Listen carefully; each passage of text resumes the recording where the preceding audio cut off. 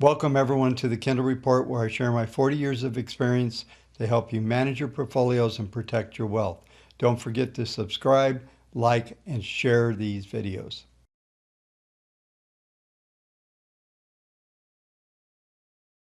Yesterday's action bounced right off the 3,000 level, with the S&P trading down to 29.99 and change. We saw a sharp rally trading up toward the R2 level on the market grid. I'll go through a lot of details here in the technical section. But today is the very last trading day of June. We're about to start the new quarter. A lot of things that were in the news last week don't seem to be affecting the market sentiment at this point in time. As I've been telling you for a number of weeks now, the economic reports continue to come in much better than expected. Example, pending home sales were expected to come in a plus 18%. They came in a plus 44%.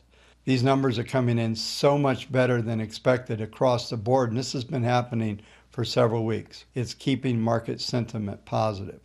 As I mentioned, today being the final day of trading, it's likely we're going to finish above the 3044 level, which will give us a positive month.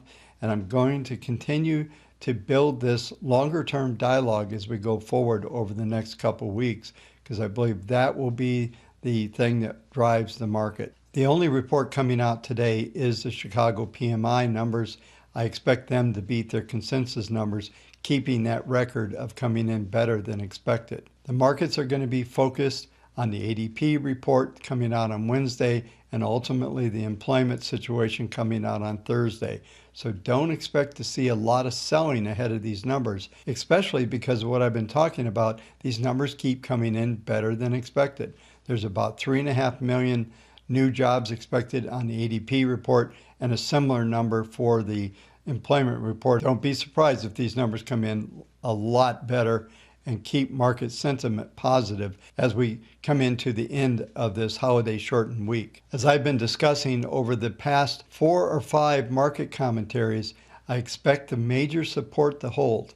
I talked about them at 29.85, the 200-day moving average at 30.20. There's a whole cluster of numbers that I discussed last week and again on Sunday night, as these numbers will continue to be major support. The next questions that we have to ask, and it's too early to answer at this time, is how much will this market recover, and will it get back over 3,100 by the end of the week? I actually think that's a high possibility that could happen. Let's take a look at the charts and see what the configuration is telling us. As we begin looking at the overnight action in the futures, they were up about 6 to 7 handles. We've reversed this. It's about a half hour before the London Open as I'm doing this report. And we're seeing some heavy selling coming in, pushing the markets negative down 0.25% on the session. The markets are beginning to move back toward the support levels as we're approaching the S1 number at 30.2950. The low has been 30.36 so far. Whether or not we'll hit that number or not, it looks like we could reach that before seeing a bounce. My expectations for today is a possibility of an S1, R1, and as I mentioned in the opening comments, it looks like we're going to be able to close over 30.44 on the cash, and that will be a positive month. Now that does not mean that the month of July and moving forward is going to be positive. I'm still expecting to see some consolidation around this 200-day moving average. Currently, the 200-day moving average is 3001.68. I do expect it to hold. However, we're starting to see with tonight's action the PPM1 starting to turn south. It just hit downward trend level as it went to a minus 0.25. It was running about minus 0.18. It was weak, but this suggests that the 3070 level is going to be substantial resistance, and this coincides with the R1 number that I discussed a minute ago at 3066. On the downside, if we take out S1 at 3029, then we should hold the 3009 level, which also will be representative of that 200-day moving average. Let's take a look at the cash market. You'll see a similar situation. The PPM1 is at a minus 0.04, basically flat, as is PPM2 and PPM3. If we open lower, we will see the PPMs turn slightly negative, but they have a different configuration than the futures do. The key numbers on the downside today will be 3038 S1, S2 3022, which is exactly where the 200-day moving average is at 3021.16. So I expect the market to pull back into that level. We should see a bounce, same as in the futures. We're likely to see a move up toward R1, which is 3067. The potential, if we can get above that level, is to move to 3084. Most of what we're likely to see today will be some window dressing at the end of the month. I don't see any major moves or up or down coming here.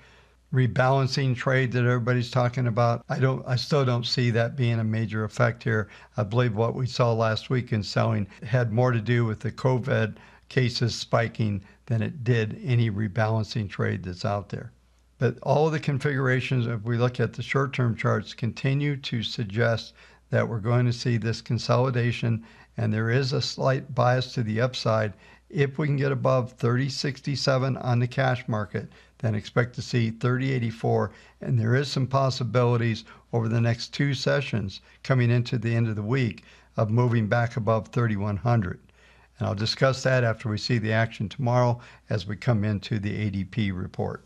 Looking at the weekly cash S&P, there's a substantial support level at the 3001.92. We spiked just below that with a low of 2999.74. The PPM1 is at a plus 0.73. So the price pressure momentum indicator, that's what PPM stands for, is telling us that there's less than a 30% probability for the market to close under 3001. So there's substantial support here. As I said, I expect to see us remain above the 200-day, which is 3020. And then ultimately we should close above 3044 today, which is last month's close. So we're going to get a positive close. And over the next several days, I'll break down exactly what this configuration is telling us. But for the short term, for today, this is what we're likely to see, just a consolidation, as I mentioned in the daily, basically an S1, R2 type day. Because this is the end of the month, looking at the monthly cash chart, as I mentioned, last month's close was 3044.31. There's no real significance of it closing higher. We need to close above the R1 number at 3182 to make any significant pattern change and expectation as we go forward. The numbers that I discussed on the daily are likely to contain this market around 3066, maybe 3084, S1, R2. The other thing on this monthly graph is that 10-month moving average, which is 3016. Just to review that cluster numbers, 200-day moving average, 3020. 10-month moving average, 3016. There's also some Fibonacci cluster numbers that come in this level. So this is a substantial support level. I expect we're going to remain in this sideways range and begin to move back toward that 3100 level over the next couple sessions.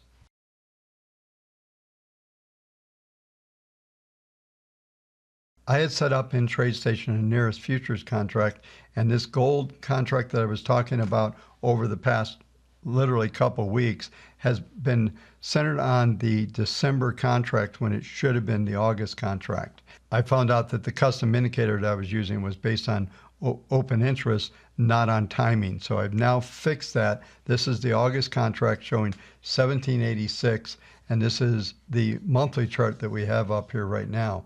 If we back up and go to the daily chart, the formations are the same, just the prices are different and some of the objectives that I've been talking about. Someone tweeted me that they were unsure what contract it was tracking on the nearest futures, and now I've corrected that. So thanks again for everybody that watches this channel and keeping up on all these little details. But as we look at the gold chart, we continue to see it move higher.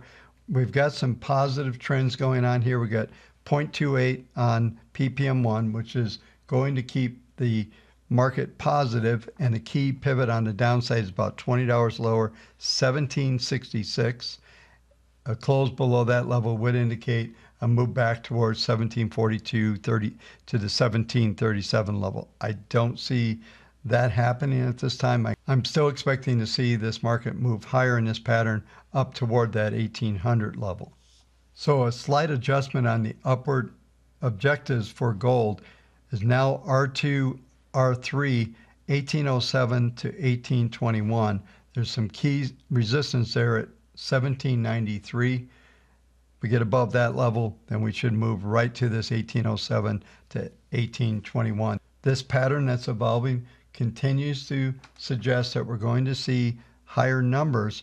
As I mentioned last time I covered gold, we're just not seeing these sharp acceleration just yet. Although ppm 1, 2, and 3 on a weekly basis all are in trend levels, suggesting the underlying support is substantial. I mentioned the 1767 level. Now we have 1741 is major support, and that also lines up with some of the numbers that I just discussed on the daily charts. This will complete this broadcast. Don't forget we have a WaveTech training session at 4:30 Eastern Time. Make sure you attend that. I'm going to be going over the portfolio builder tomorrow as we're starting to launch that out. We've been working in the background to get the capacity of the servers up to speed. I'm really looking forward to that. Thanks again for watching. We'll talk to you tomorrow night.